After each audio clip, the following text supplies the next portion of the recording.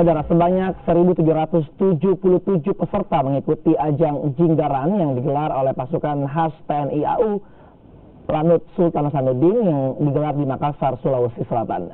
Selain 2 kategori, kegiatan ini juga menjadi ajang pencarian bakat atlet muda. Lomba lari yang bertajuk Jinggaran yang diikuti 1.777 peserta dari anggota TNI maupun warga umum merupakan rangkaian peringatan Hari Bakti TNI Angkatan Udara. Pesertanya bahkan ada yang berasal dari Solo, Bandung, Jakarta, dan Surabaya. Kegiatan yang start dan finishnya berlangsung di Car Free Day Jalan Ahmad Yani ini menyusuri rute jalan protokol, diantaranya Jalan Haji Bau, Penghibur, dan Jalan Sulawesi. Jinggaran terbagi dalam 2 kategori, yakni lomba lari 5 km dan 10 km. Dalam kegiatan ini, setiap peserta berlomba untuk memperebutkan hadiah berupa piala dan uang tunai.